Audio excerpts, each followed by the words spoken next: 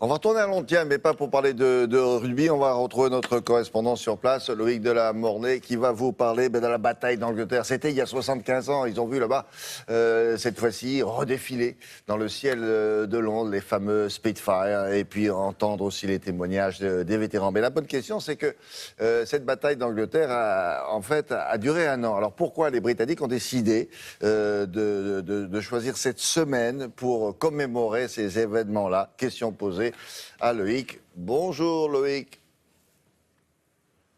Bonjour William, oui vous avez tout à fait raison, la bataille d'Angleterre a duré environ un an, de juillet 1940 à mai 1941, mais il y a effectivement un jour très précis, le 15 septembre 1940, donc il y a quasiment 75 ans jour pour jour, où il y a eu une journée particulièrement terrible dans le ciel britannique où 40 avions britanniques ont été abattus et ils ont abattu également 56 avions allemands. Donc vous voyez, ça a été une journée vraiment meurtrière et c'est cette journée, le 15 septembre, qu'on a commémoré cette semaine ici au Royaume-Uni. Alors, vous l'avez dit, c'était vraiment une période décisive où l'Angleterre et le Royaume-Uni luttaient vraiment pour sa survie, pour protéger toute l'île et où donc le pays a envoyé dans le ciel de jeunes gens qui avaient 18, 19, 20 ans, qui savaient souvent à peine piloter. Ce sont ces héros de la bataille d'Angleterre qui ont été commémorés cette semaine et il reste encore une trentaine de survivants, une trentaine de vétérans que vous allez entendre dans ce reportage que nous avons réalisé avec Christophe Aubert et Nick Bousby. Le vrombissement de leur moteur a résonné à nouveau 75 ans après. Ces escadrilles des légendaires avions Spitfire et Hurricane ont survolé toutes les villes anglaises qu'elles ont protégées et sauvées durant la guerre. Pour marquer l'événement, le prince Harry devait embarquer dans l'un des deux seuls Spitfire biplaces encore existants. L'un étant tombé en panne, il a cédé sa place à ce glorieux papy, le commandant Tom Neal, 95 ans, ancien héros de la bataille d'Angleterre.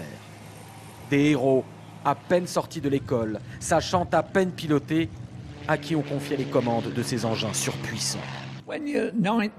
Quand vous avez 19 ans, vous réfléchissez pas trop. Vous percevez un peu qu'il y a une possibilité d'être abattu, mais je me disais, bah, au pire des cas, j'ai un parachute. Peut-être que je serai capturé, et puis si c'est mon heure, c'est mon heure. C'est notre pays. On donne sa vie pour son pays. Tous ces milliers de civils qui avaient été tués par ces bombardements absurdes des Allemands. Il fallait qu'ils paient pour ça. Vous avez eu de la chance? Ça oui, une veine d'enfer. Des héros et aussi des héroïnes. Car il y eut dès cette époque des femmes aux commandes des avions de la Royal Air Force. Régulièrement, on perdait un ami.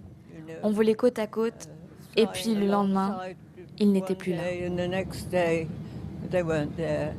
Une poignée de quelques centaines de pilotes qui changeront probablement le cours de la guerre, faisant dire à l'époque à Winston Churchill que jamais dans l'histoire des conflits, tant de gens n'ont dû autant à si peu. C'est vrai, à ce propos, Loïc, on a l'habitude de dire que telle ou telle bataille a changé le cours d'une guerre. C'est le cas pour celle-ci, là, la bataille d'Angleterre?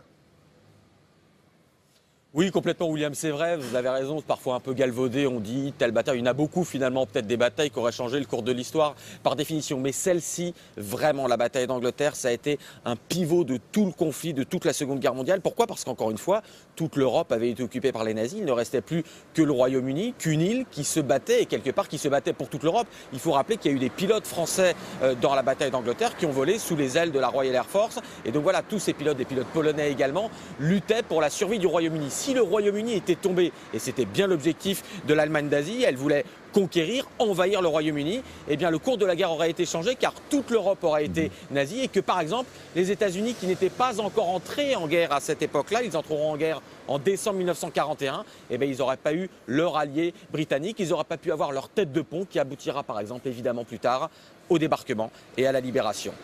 C'est très clair. Merci beaucoup Loïc, à bientôt, bon week-end.